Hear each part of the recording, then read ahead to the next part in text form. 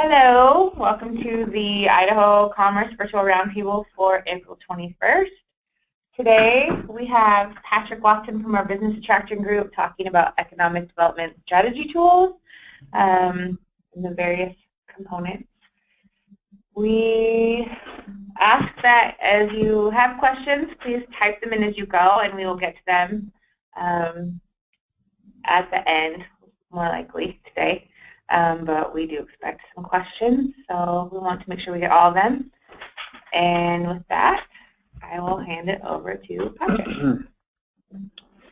Good afternoon, everyone. Yeah, as Amanda alluded to, this is an overview. It serves kind of both as a rollout of our regional economic analysis that we had commissioned from Economic Modeling System, Specialist International, also known as MC. I'm sure a lot of you are familiar with them. I know there's a few people on the call that have their own subscriptions to the service and everything, which is great. I think this presentation will be definitely useful to everyone, particularly those of you who don't currently have a tool like this available. So this is, in addition to doing a quick overview of the regional economic analysis, which I will be sending out in full later this afternoon to you all. In addition to that, I'll also be going over our suite of research tools that we have here at Commerce that we've been building up over the past couple of years, and just having a nice defined overview of what we have available for various economic development efforts. So with that, I'll just launch right into it. So as I mentioned, the regional economic analysis was it's fairly, I mean, as you'll see, there's a lot to it. It's about 230 pages. Not all of it will be relevant to you all.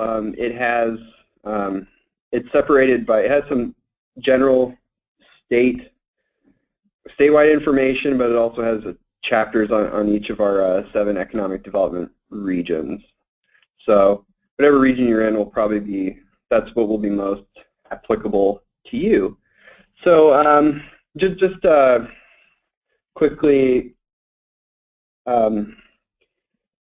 the regional economic analysis, or REA as I'll call it because that's shorter and easier. As you can see here on the bullet points, it provides a basic economic overview. So just key data on your industries, GDP, demographics, workforce, that sort of stuff. And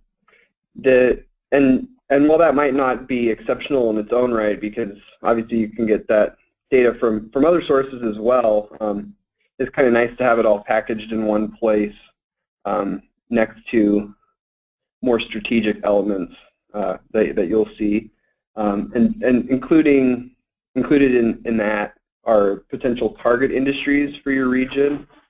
And I mean, I wouldn't presume to tell you what you should be focusing on, but this can definitely give some good suggestions and guide the conversation, or at the very least provide data corroborating what you already know. Also, another pretty cool feature about the report is the import substitution opportunities, and what that is for the top industries in your region. The report identifies what the supply chain looks like, what the top sub-industries are. And it also does provide data, as you'll see along the way, of in what areas are the most dollars leaving your region, and that could be a good business development opportunity. And finally, there's a talent gap analysis. And unless you've been living under a rock or something, you've most likely heard that talent is that's the name of the game. So talent attraction and talent development, talent retention. So this the report goes really in depth on that front as well. So instead of just describing what's in it, I'll give you a quick example of what it looks like. There's a cover. So it's a very clean and handsome sort of cover. You can see that's the outline of the state of Idaho. Next up, and again, this is just a quick snapshot of what's in there. I mean, it would be very long and tedious to go through it all, but you'll all be seeing it later this afternoon. So, for instance, for each region, we have GDP or GRP, gross regional product, and this is just in case you're not aware, this is just a pretty good indicator of overall economic performance, and it's broken down by industry, as you can see. We also have an overview of workforce these are by the broad overview, the 2-digit NAICS codes for all you data geeks out there. These are just your general industry categories, the amount of jobs in each one, in each area, and also the projected change in that industry over the next 10 years. And as you can see, you might be wondering, why is this 2014 data? Well, it has to do with the fact that when we commissioned the report last summer, that was the most finalized data set, so to speak, because a lot of what EMSI or MC uses is from Bureau of Labor Statistics. So, so I wouldn't worry, since it's so general, I wouldn't worry about the data being out of date. It's pretty, a lot of the proportions are still pretty accurate, and it's definitely a good starting point, and we can always work with you to get more updated information too if you're interested. So yeah, it also provides what the earnings are, which is helpful to know, and also that location quotient, which for those of you who aren't familiar, location quotient it's a measure of concentration of a particular industry. So anything, just think of it as anything over 1 means you're exceptional in that area, and anything right at 1 means you're average, and anything under 1 means that you have a lower concentration than, in this case, the rest of the nation. So, and again, as Amanda mentioned, if you have, I'm throwing a lot of information at you, so if you have questions along the way, please feel free to punch them in on the question box, and we'll be sure to address those at the end of the presentation.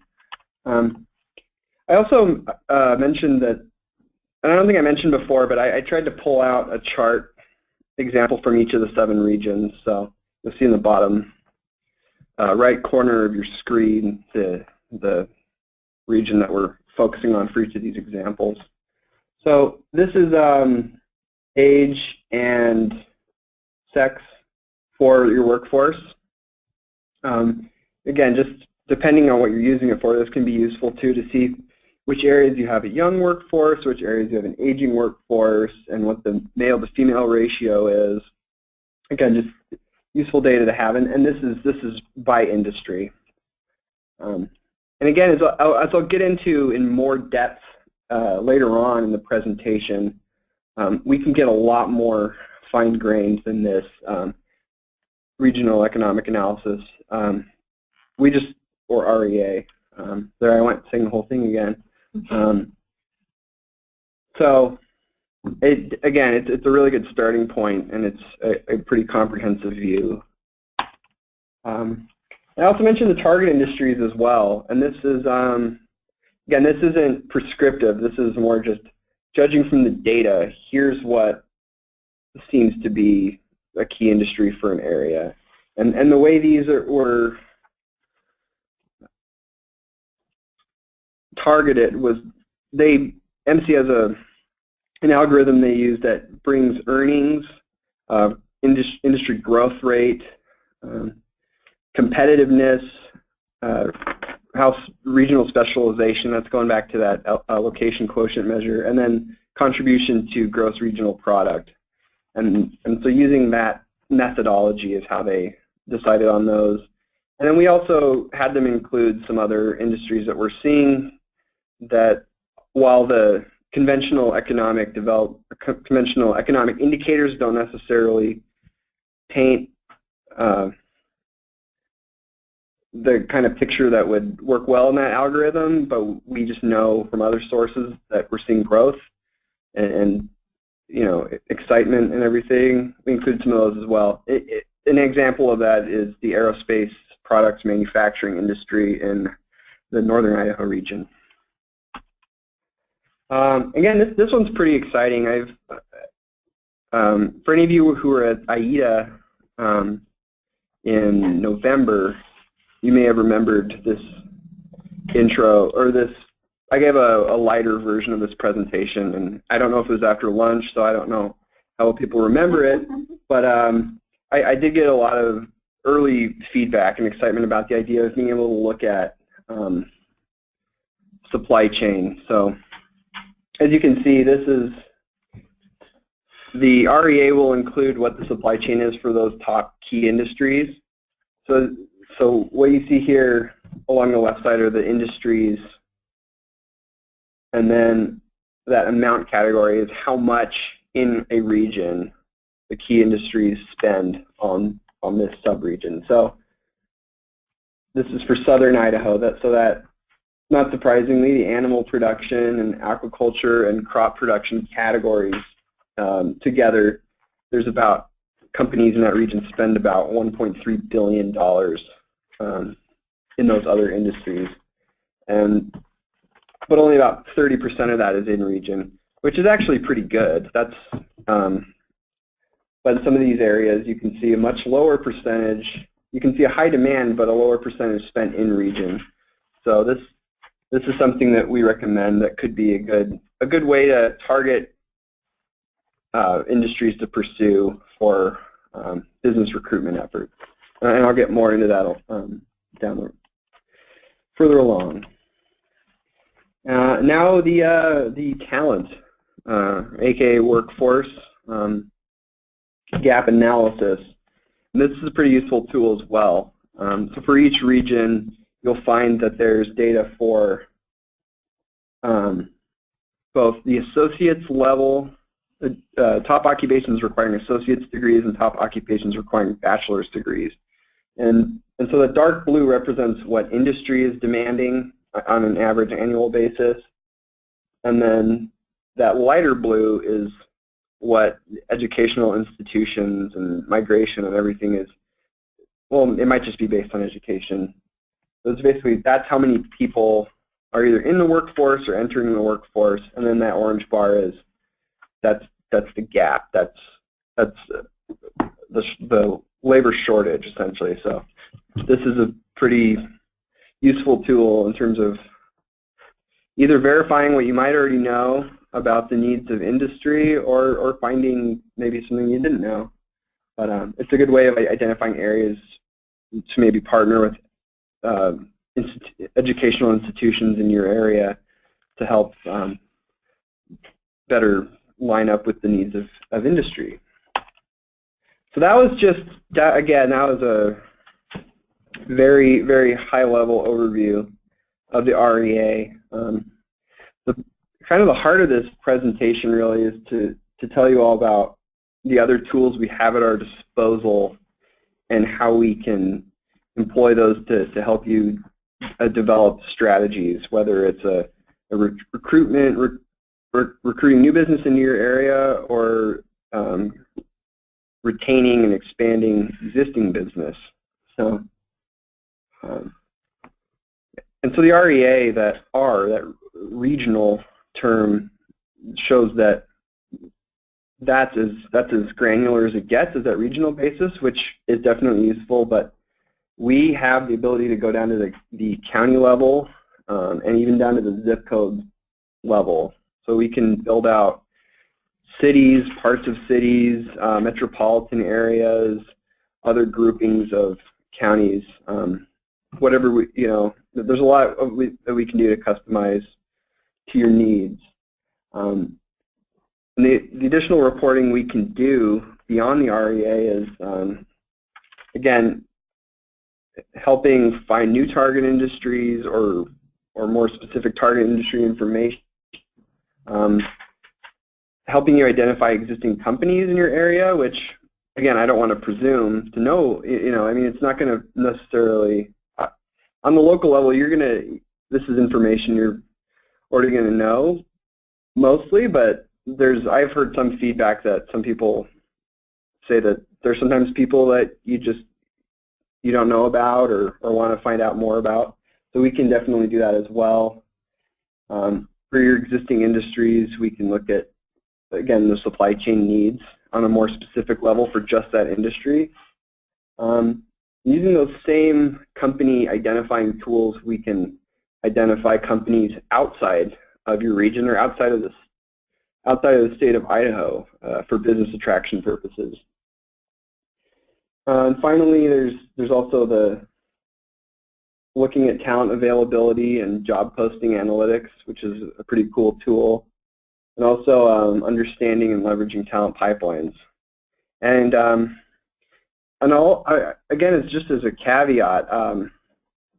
This is pretty robust data, but I would say that definitely if you're getting serious about a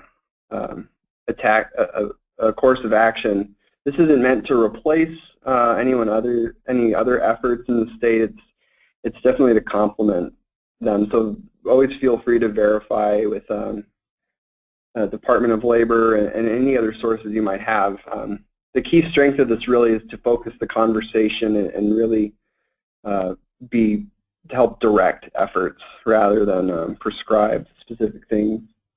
So the data tools that we're using specifically is MC, as I mentioned before. Their developer tool, which is a newer package of tools they provide that's custom tailored to economic developers.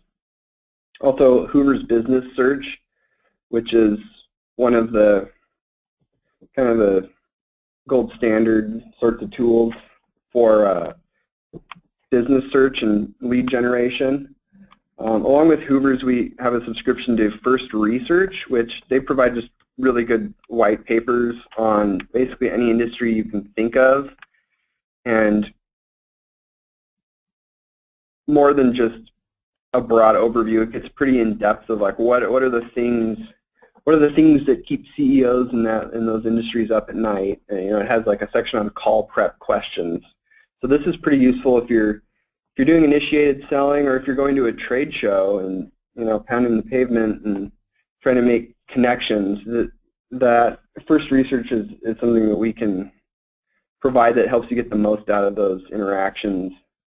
And finally, as I'm sure you all are very familiar with, is Idaho Gem State Prospector and Zoom Prospector, which my colleague Jenny Hemley I've presented to you on many times and is doing a great job in really building that up and making that as good as it can be. So I'll demonstrate later on how that tool can be integrated into our larger collection of resources.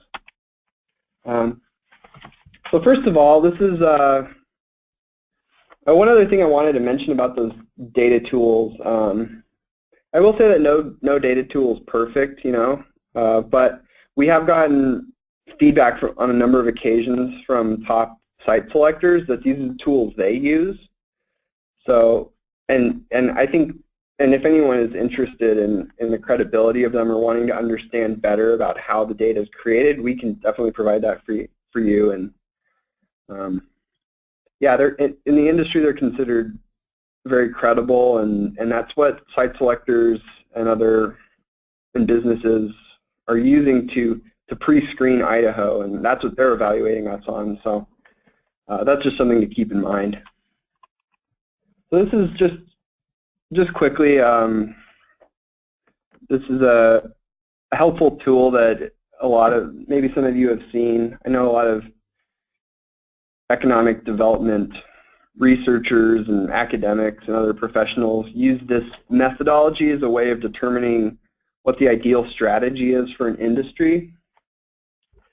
So you can see there's 4 quadrants there. There's industries you want to attract, there's industries you want to grow, industries to retain, and industries to just react to. So I'll quickly explain how this works.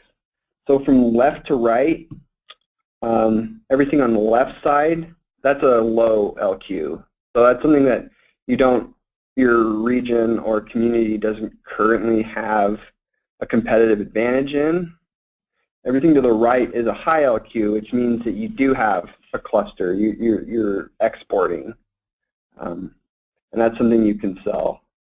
Going from top to down, top to bottom, I guess, up to down, top to bottom, that's a projected change in LQ over 10 years. So it's like, it's a way of looking at, whereas left to right is a snapshot in time, top to bottom is, what does this industry look like? Is it growing? Is it stagnant? Is it declining? So everything on the top has a higher than average projected growth rate, and everything below has a lower than average projected growth rate. So I'll go around the attract. Well, I'll start with grow and then go clock. So grow, I put down cheese manufacturing as an example. That's, and it doesn't have to, not necessarily cheese manufacturing, but just value added dairy product manufacturing is a sector that Idaho is very strong in, but it's also one that's growing nationally and globally. And so that's something that we want to retain, not just retain, but also continue to grow. Like when there's so much growth going on nationally and globally, like we want to get a piece of that action right here in the Gem State.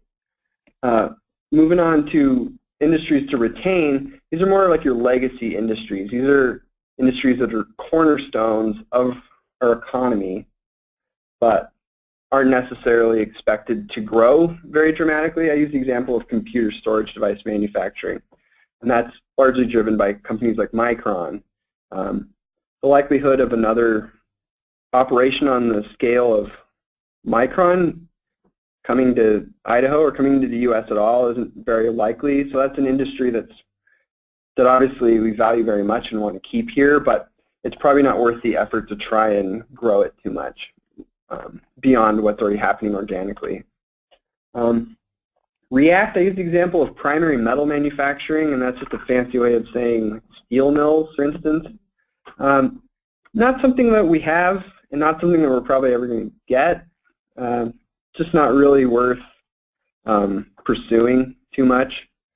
And then finally, attract, data processing services. That's like Google, companies like that. Those are the companies that are exploding in terms of their growth. Right? As we all know, growing very dramatically, but they don't have a very strong foothold yet in Idaho. So these are ones looking into the future and the long-term economic sustainability and prosperity of the state. We want our economy to be as diverse as possible. So if we're going to be going to the efforts of bringing new industries into the state, we want them to be the areas where we get the biggest bang for our buck. So that's just something to keep in mind when you're developing a strategy for what the best way to treat an industry in your region is. This is just a useful tool to use. And it might be a little convoluted. I apologize if I wasn't clear, so please feel free to contact me if you want to talk about it more. So next up, I'm going to go through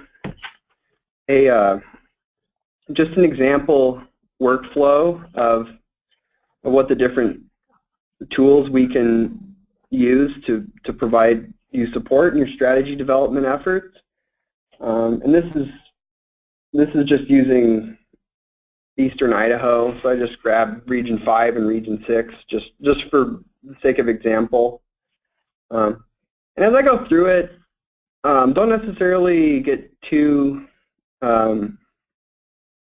caught up in it being linear. It isn't necessarily always going to be that way. It's possible that maybe there's only a couple reports in here that are applicable to you, or maybe there's a different sequence of events that make more sense. So just you can always jump forward and jump back in this sequence, and so just keep that in mind. We want to make this as customizable as possible for your needs, and we're not trying to pigeonhole anyone into a certain arbitrary process. But this is just a way that the logic of it works for presentation purposes.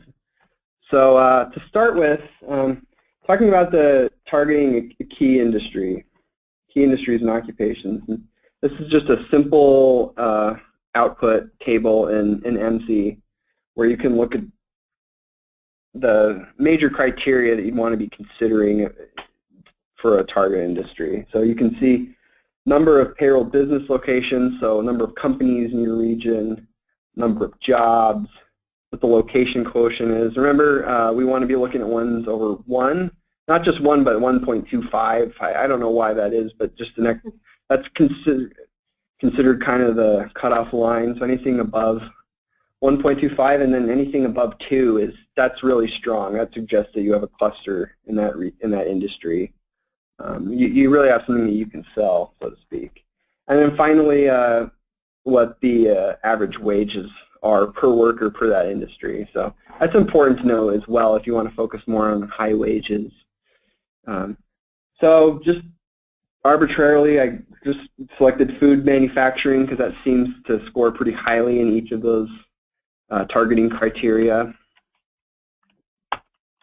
And then this is from First Research, which I mentioned before. So they have a food manufacturing industry report, and they have reports for a lot of other industries too, pretty much all of them. So if you just want to have just some beach reading or something, and curl up with one of these reports and just learn about an industry or learn more about an industry, or maybe it's not new to you and it's good to have things you already know reinforced. Moving on to this is just and for any of you familiar with Southeast Idaho, you might notice that Heinz is on there, which it is not a company there anymore, but Amy's Kitchen is now there in their facility. But so the data is not perfect. It's something that should always be, if you're getting serious about it, it should always be vetted with other sources and other kind of on-the-ground knowledge that you have. Again, it's meant to complement, not to replace. But this is just an example of the readouts we can do for an industry. And that's just a snapshot. I mean, it's going to list everyone out, but these are who your top players are in a given industry. And then it gets a little more specific on what their sub-industry is under food processing.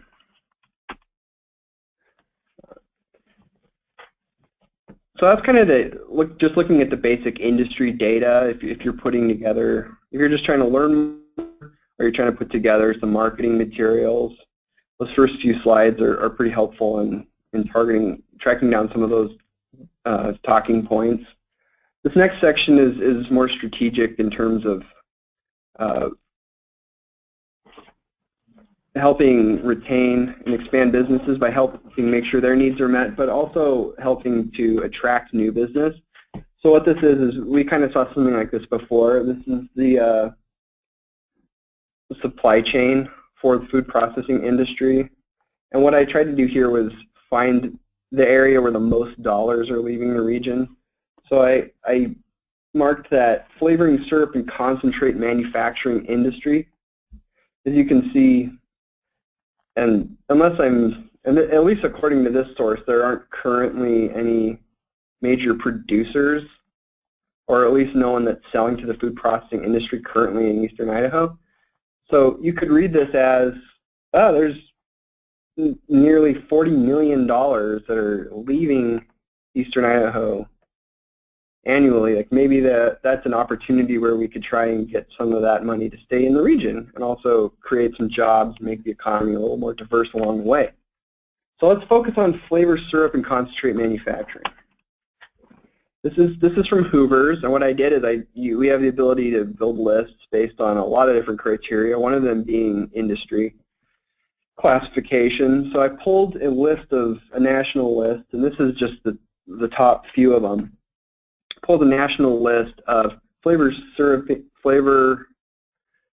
and concentrate manufacturers. As you can see here, some pretty big players, Coca-Cola company, folks like that. And there's contact information, which that's not necessarily the most useful thing because you're not just going to call the switchboard at Coca-Cola and ask for the CEO. That doesn't really work too well. But there's other ways that you can get better contact information that you can talk to us about, or that isn't really included in here. But at least in terms of identifying who the companies are, this is pretty useful. Again, you're not going to want to go down the list and just call these people. I mean, you might, but we can also be more strategic. So what I did, and you probably have different information or different perspectives, but just using our records of the business attraction group of projects that we've handled, we've kind of seen that our ideal market segment, or our sweet spot, if you will, is small to medium-sized companies that tend to be privately held, and especially in the case of food processors, companies that don't have a Western location currently. So, I mean, obviously the advantage of that, smaller to medium companies tend to be a little more, it's easier to turn a canoe than it is to turn a aircraft carrier, if you catch my meaning. Also, when they're private, you usually have the ability to, you're a few degrees of separation closer to a decision maker as well. So but again, if there's other criteria you want to use for targeting specific types of company, we can use those as well. But for sake of example, I use small to medium, private, no Western location, and found this company, the Devilau, I don't know if I'm saying that right, Devilau LLC of Philadelphia, Pennsylvania. They're a small to medium, private flavor syrup and concentrate manufacturer that does not currently have a Western location. So, seems like a pretty good lead. So, using Hoover's, you can track down a lot more information about them and learn more about the company. And this might be kind of a stretch, but it's not an exact science and economic development, and one of the ways we can use data to help, to try and make it so we're not just throwing darts at a wall, is looking at the 235,000 square feet is the size of their current plant. So let's just say, for instance, maybe that's about what it takes to, you need about that much square feet to do this particular manufacturing process. So let's see if there's any buildings that size that are currently vacant in eastern Idaho. And I kind of skipped ahead, but I'll come back to this. So using GemState Prospector, which I hope you are all very familiar with, we can identify a building or a property meeting the needs of that company. And maybe you contact the company first, and maybe they are interested in moving, and they provide you more specific details on what their needs are. You can enter those into GemState as well, and even export a pretty professional-looking property flyer to enclose in your selling documents. I'll jump back really quick. This is just going back to that contacting the company thing. Either if you're on a sales mission, or if you're at a trade show, or what have you. These are the key business challenges. You can find out what the key business challenges are from First Research, and they even have a section on call prep questions. Like here are questions that you should be asking a decision maker in this industry.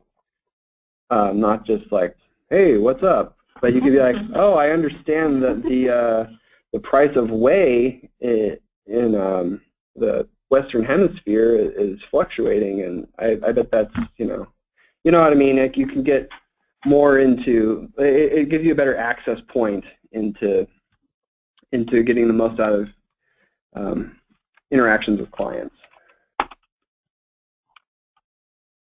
And as I said before, I mean, this is all stuff that's here to help you, and if it's relevant to you, if it's not relevant to you, great. If it is, I mean, even better, and just let us know, and we can definitely give you sample reports and just give you a sense of more depth on what our capabilities are beyond what we're presenting here.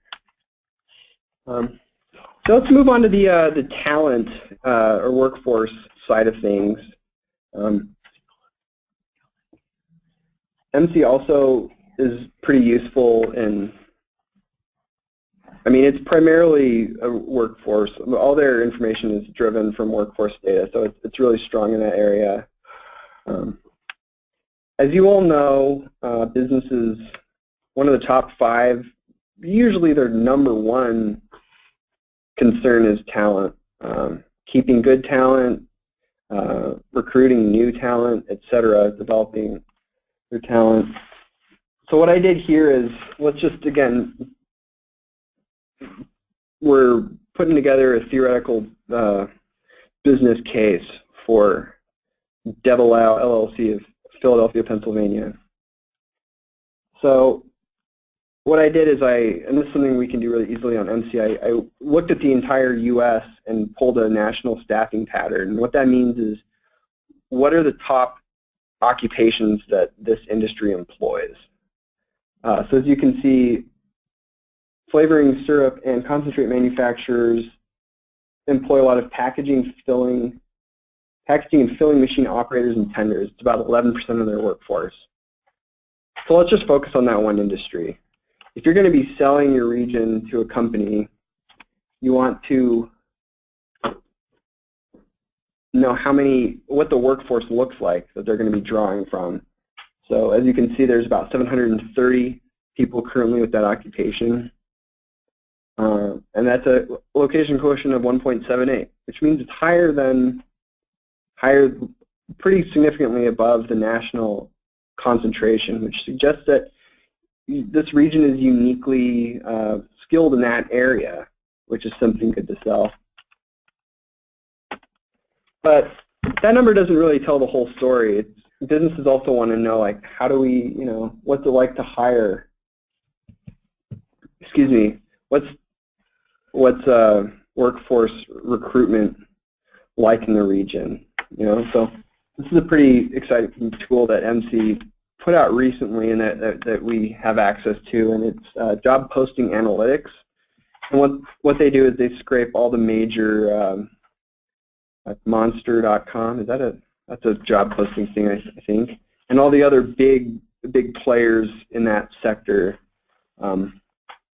So they get as much job posting information as is available online, and then they're able to identify how many times an employer will post for the same job. And so this measure, as you can see here, this one-to-one, the posting intensity, that shows, and this is going back, it says for January 16, they have data available back to January 2011 to kind of look at historical trends. That one-to-one means, on average, companies in eastern Idaho hiring packaging machine operators post about once for every person they hire. And as you can see smaller under that, the average for all industries is you have to post about 5 times before you get a job. So this is another really compelling selling point, particularly for business attraction, for bringing in new businesses. It's not only do we have a high concentration of this job, but it's comparatively easy to hire the people you need. Here's another way of looking at that data. This is going all the way back, as I mentioned, to January 2011. And the blue bars represent average monthly hires, and the orange bars represent average monthly postings. So this is good. You want your postings to be lower than your hires, because it can suggest that it's a good indicator that there's ample workforce available or required for that. And if it's pretty far in excess, it could even suggest that there's a surplus of workers that you could market to a prospective company. The inverse, sometimes you might see postings are exceeding hires, which suggests that there's a talent gap, and that might be something to work on with your businesses and also with education and other training organizations that are providing the training for talent. So this last section it's on looking at the talent pipelines. These are the folks that are getting degrees, they're getting credentials, they're getting the necessary training, and then they're entering the workforce. So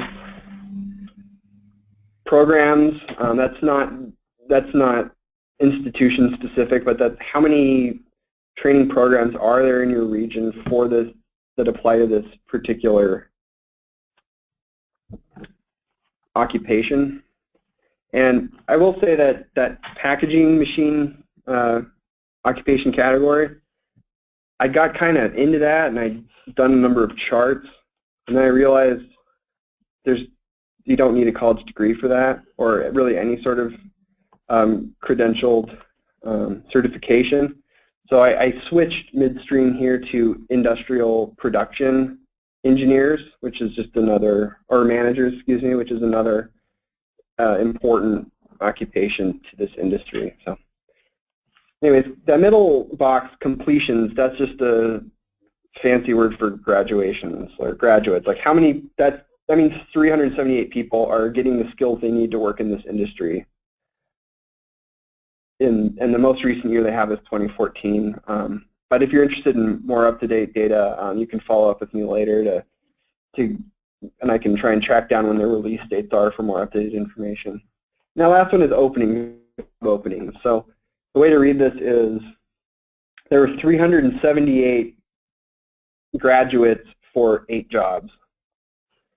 So that could that could mean a lot of things. It could mean people are getting these degrees and leaving the state, or people are competing for a lot of few positions, and so maybe there's underemployed people in your region, but they have the skills to be doing a higher paying job or something more in line with what their training is for. I mean, it doesn't necessarily matter what the pay is in that example, but. And then it does break down what those numbers are by institution. So as you can see, it has the title of the program, what the school is, what the award level is, and how many graduates there are by university. And this is useful too in identifying who the major players are in providing talent, and can provide an opportunity to partner with them. I think that's it.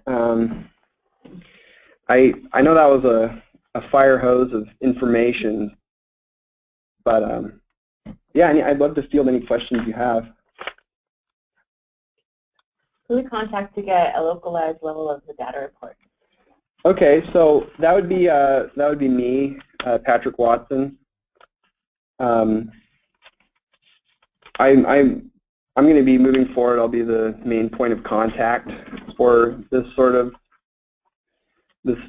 information. So there's my email address right there, and also everyone who's on the call and the rest of our economic development partners across the state I'll be emailing later this afternoon with that full regional economic analysis report I mentioned, as well as and I'll include a PDF version of this presentation. And I think we'll be recording it as well. It is recorded, yeah, so we'll post it on video. So, yeah, okay. If anyone wants a copy or the link to that, you can email any one of us here at Commerce, but either myself, Amanda Ames, or Patrick Watson, and we can get it to you. Yeah, thank you, Amanda. Yeah, and there'll be more information too in the email on what the report is, what it's used for, and what we can help you with, and how to contact us. Any additional questions at this time? I don't think there's any other questions. All right. Well, seeing no more questions, I guess I must have been more articulate than I had thought. But yeah. So thanks for tuning in today, and keep an eye out for my email later today. Okay, thank you.